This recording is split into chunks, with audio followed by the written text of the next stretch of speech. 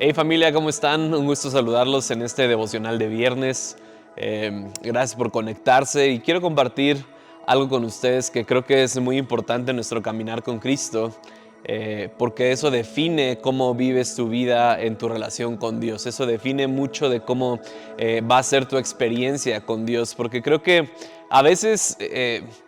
no sé si te ha pasado, pero a veces nuestra experiencia con Dios o nuestro caminar con Dios llega a un punto donde se vuelve como una obligación, como algo que si no lo hacemos nos sentimos con culpa o se vuelve como algo rígido, y cuando no debería de ser así. Es como cualquier otra relación en el matrimonio, cuando estás con tus amigos. Creo que siempre, aunque haya problemas, tiene que ser esta relación en la que estás emocionado, en la que quieres invertir, y creo que a veces nuestra relación con Dios se vuelve un poco rígida o nosotros tenemos cierto tipo de como condenación o como de sentimiento de culpa o de que tenemos que hacer algo, cuando el corazón de Dios está totalmente en otro lado. El corazón de Dios es que tú y yo disfrutemos de nuestra relación con Él. El corazón de Dios es que tú y yo disfrutemos de pasar tiempo con Él, de venir a la iglesia, de tratar de ser como Dios. Y creo que cuando no estamos viviendo de esta forma, entonces nuestra relación con Dios se va deteriorando hasta que se vuelve una carga. Y espero que tú y yo nunca en nuestra vida lleguemos a ese punto donde nuestra relación con Dios es una carga. Pero ¿cómo podemos cambiar esto? ¿Cómo esto no se vuelve algo, una carga en nuestras vidas? Y quiero contarte algo.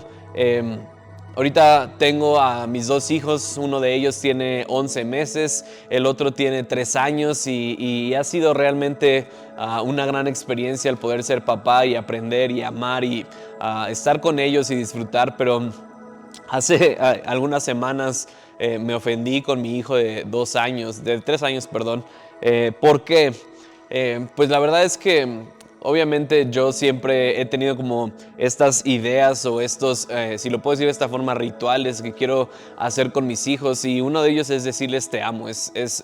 Creo que es súper importante que nuestros hijos continuamente sepan el amor que tenemos hacia ellos, ¿no? Y conforme vas avanzando en la vida, eso se vuelve más real y más tangible. Pero, por ejemplo, sé que con mi hijo de 11 meses yo le puedo decir te amo, y realmente ni siquiera sabe lo que le estoy diciendo, pero aún la intención creo que ocasiona algo en él. Pero mi hijo de 3 años pues ya está entendiendo un poco más de cómo funciona el mundo, ya sabe el significado de ciertas palabras y ya te puede responder. Pero hace unas semanas pues yo constantemente le decía te amo a mi hijo, ¿no? Y le decía, Leonel, ¿sabes qué? Te amo. Y pasaba otro rato, otro día o en la tarde cuando estaba despertándose y le decía te amo, pero siempre la respuesta que él me daba era sí, papá. Y para mí era como y le decía, Leonel, cuando alguien te dice te amo, tú también, o obviamente si tú también lo amas, le dices te amo de vuelta, ¿no? Y entonces le volví a decir, Leonel, te amo, y me decía sí, papá. Y entonces me ofendí con mi hijo y era como de rayos, ¿qué le pasa? No, él no me ama de vuelta. ¿Será que mi hijo no me ama? Y estaba como de broma en broma, pero realmente como teniendo esta conversación con Dios, y Dios me dijo como, Benjamín, estás mal. Lo más importante es que tu hijo sepa que lo amas.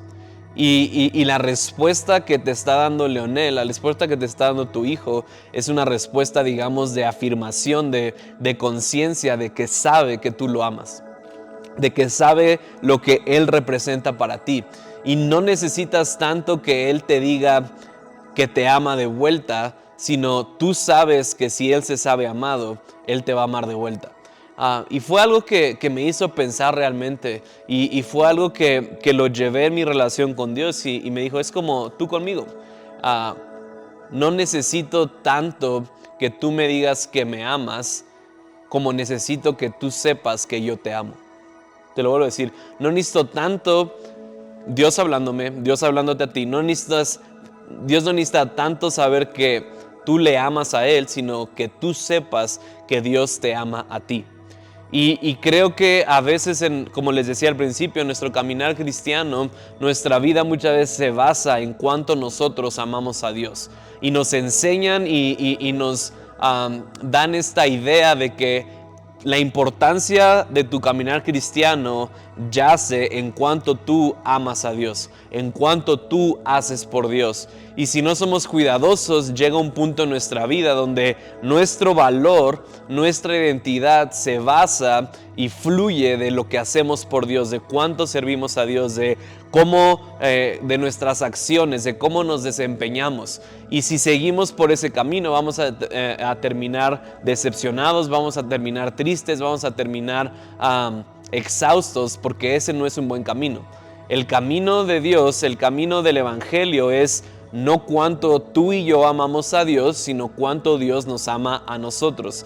Y quiero que vayas ahí en tu Biblia, si tienes tu Biblia por ahí, quiero que vayamos ahí a el libro, a las cartas de Juan.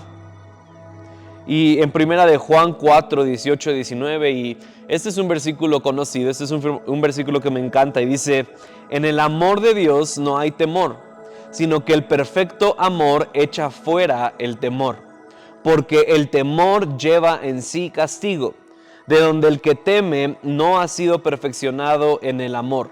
Nosotros le amamos a Él porque Él nos amó primero. Y a lo mejor creo que este es un concepto que entendemos y que lo conocemos en teoría, y sabemos que Dios nos amó primero, sabemos que Él es el que entregó todo primero, pero quiero que lo podamos desmenuzar un poco, que lo puedas entender de una forma práctica en tu vida. Dios te amó primero. Juan está diciendo: nosotros amamos a Dios porque Él nos amó primero.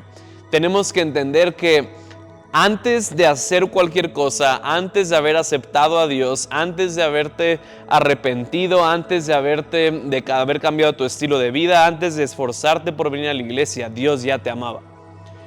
De hecho, hay una frase que me encanta que dice: no hay nada que puedas hacer o dejar de hacer para que Dios te ame más o menos. Te lo vuelvo a decir: no hay nada que puedas hacer o dejar de hacer para que Dios te ame más o menos. Y el punto de esto es que el amor de Dios es existente. Juan lo dice: Dios es amor. Esa es la esencia del Dios que servimos. Ese es, digamos, el ingrediente principal de Dios. Dios es amor y ama. Pero el punto y lo que cambia, digamos, con esta frase que te di, la diferencia de una persona que Dios ama, porque Dios te ama, me ama a mí igual que una persona que no conoce a Dios, que una persona que ha matado a alguien, que es un asesino. Pero la diferencia de mi experiencia es que yo estoy consciente de ese amor. Yo sé que Dios me ama y lo he experimentado. Entonces, nuestro caminar cristiano no se debe de basar tanto en cuánto nosotros amamos a Dios, se debe de basar más en cuánto Dios nos ama a nosotros. Y no estoy diciendo que yo no le voy a demostrar el amor a Dios, que yo no quiero amar a Dios, pero si lo puedo decir de cierta forma, eso tiene que venir como una consecuencia de que tú te sabes amado. Y quiero darte un ejemplo rápido ahí en la Biblia. Y lo he compartido, pero me encanta, es la diferencia entre los discípulos de Jesús, entre Juan y Pedro. Juan, si tú has leído sus cartas, las cartas que estamos leyendo, las cartas de Juan se basan, y el tema principal es el amor. O sea, Juan, si una cosa aprendió de Jesús, era que lo amaban y era el amor, que Jesús era amor, que el Padre era amor y que Él quería amar al mundo y que la solución para todos nuestros problemas era el amor. Y estaba en lo correcto, o sea, incluso, y hasta parece chistoso, ¿verdad? Pero en el único libro de la Biblia, o más bien en el único evangelio donde aparece que Juan es el discípulo amado, es en el evangelio de Juan. En otras palabras, el mismo autor del libro de Juan, que fue Juan, decía: y bueno, yo era el discípulo amado de Jesús. Y a lo mejor ese puede ser un punto teológico, ¿verdad? O de discusión, como Jesús tenía favoritos, o Jesús realmente amaba a todos, o Jesús realmente tenía un discípulo favorito alrededor de todos. Pues no sé. Pero el punto importante ahí es que Juan pensaba, o por lo menos sabía, que Jesús lo amaba tanto, incluso más que a los demás. Y eso fue súper importante. ¿Por qué? Porque en toda la vida de Juan, y aun cuando Jesús ya no estaba, su vida, su ministerio se enfocó en el amor. se enfocó en enseñar a otra gente que Dios nos amaba y que cuando estamos conscientes de que Dios nos ama, vamos a transformar el mundo alrededor de nosotros. Y luego en contraste tenemos a Pedro. Tenemos a Pedro que yo siempre les he dicho, Pedro es mi discípulo favorito. Pedro, dicen algunos, ¿verdad? Era el discípulo mexicano, era ese discípulo que siempre hacía las preguntas que nadie quería hacer, era el discípulo que no se podía quedar callado, era el discípulo que no procesaba sus pensamientos, era el discípulo que simplemente decía lo que se le venía a la cabeza, ¿verdad? Y Pedro, por otra parte, estaba más consciente, o por un tiempo pensó que era más importante enfocarse en cuánto él amaba a Jesús en vez de cuánto Jesús lo amaba a él.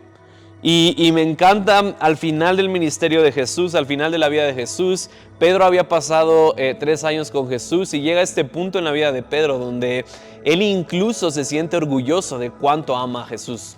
Él incluso está dispuesto a apostar su vida por decir, Jesús, yo te amo. Y creo que muchas veces nosotros hemos estado en esa posición en la iglesia. Muchas veces en nuestro caminar cristiano hemos estado en esta posición de decir, Dios, yo te amo. Dios, yo estoy incluso dispuesto a irme a África a vivir y comer más que puro arroz y frijoles por tu evangelio, Dios. Dios, no importa si el día de mañana me quitan todas mis cosas y me quedo en la calle, yo estoy dispuesto a servir a ti, Dios, porque yo no sirvo a nadie más que a ti. Y a veces tenemos como estos momentos donde nos sentimos demasiado seguros de cuánto amamos a Dios, ¿verdad? Y Pedro le pasó lo mismo. Pedro estaba en este momento con Jesús y estaban a punto de arrestar a Jesús y están teniendo esta conversación y Pedro empieza a presumir del amor que tiene hacia Jesús y Pedro le dice a Jesús, Jesús, yo te amo, Jesús, yo estoy dispuesto a morir por ti, Jesús, yo estoy dispuesto a hacer lo que fuera por ti, no me importan las consecuencias. Y Jesús le dice, Pedro, te aseguro que no va a pasar de mañana después de que haya cantado el gallo que me habrás negado 3 veces. Y yo creo que Pedro le dijo, Jesús, estás loco, eso nunca va a pasar, yo nunca te voy a negar, mi amor por ti es inigualable.